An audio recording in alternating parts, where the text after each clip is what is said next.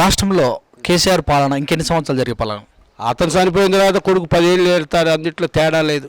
ఎప్పుడు చనిపోయే అవకాశం ఉంది? అతను చనిపోయే టైం 2-3 తప్పించుకున్నాడు, మళ్ళీ నిలబడి ఉన్నాడు అంతే. పరిస్థితి బాగలేదు అంటారు ప్రస్తుతం కేసీఆర్ది.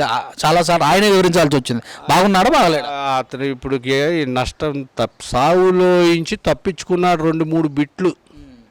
ఎన్ని సంవత్సరాలు పాలించవచ్చు కేసీఆర్? ఈ కేసీఆర్ ఈ 2-3 ఏళ్ళు పరిపాలిస్తాడు, తర్వాత కొడుకు ఎక్కుతాడు.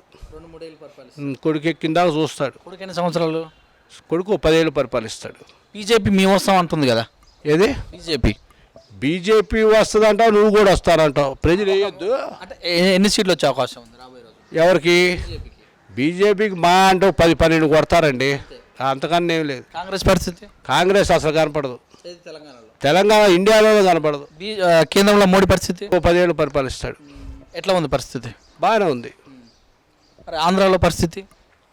ఆంధ్రాలో పరిస్థితి అంటే ఆయన కొన్ని తలతిక్క వరాలు చేసుకుంటున్నాడు కాబట్టి మనం ఏం మాట్లాడలేము. బాబు పరిస్థితి? బాబుకి ఇంకా రాజకీయ చరిత్ర లేదు. బాబు కొడుకు పరిస్థితి? అతనికి లేదు. మొత్తం జగనే. జగన్ అని కాదు, ఎవరైనా రావచ్చు. తర్వాత ఇతని పరిపాలన కరెక్ట్గా లేదనుకుంటే ప్రజలు తీసుకుపోతే ఎవరైనా రావచ్చు. ఎన్ని సంవత్సరాలు పాలించవచ్చు? ఎవరు?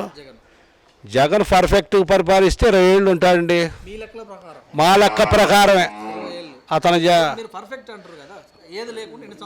ఇప్పుడు పర్ఫెక్ట్గా అంటే ఎవరిని నొప్పించకుండా ఇబ్బంది పెట్టకుండా చేస్తేనేమో 20 ఏళ్ళు రూలింగ్ చేయగలడు. అది కూడా 3-4 ఇబ్బందులు పడతాడు. చేయలేకపోయాడంటే ఎవడొకడు కొత్తోడు వస్తాడు, ఎక్కుతాడు. ఎవడి న్యాయం? ఎవరైనా కూడా రాజకీయ నాయకులు ఎక్కే ముందు ఒకటి ఉంటారు, ఎక్కిన తర్వాత ఇంకొకటి ఉంటారు. అది చాలా తప్పు. ప్రజలు సేవ చేసేవాడు ఎవడైనా సరే డబ్బుని ఆశించకూడదు.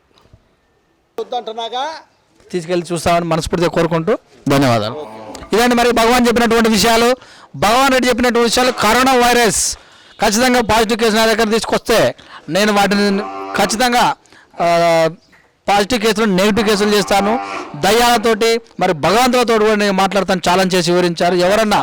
ఎవరైనా మూఢనమ్మకాలు అని అంటే వాళ్ళని ఫస్ట్ వాళ్ళు నా దగ్గర తీసుకొని రండి, వాళ్ళ సంగతి ఏందో కూడా చూస్తాను. అంటే మంత్ర భయాలతోటి కూడా నేనేందో చేయగలనని చెప్పారు. చూసాను విత్నెస్. కరోనా వైరస్ నుంచి మరి కాపాడుకునే ప్రయత్నాన్ని మనం కూడా చేద్దాం. కెమెరాని గురుమూర్తితో మీ సురేష్ దండు.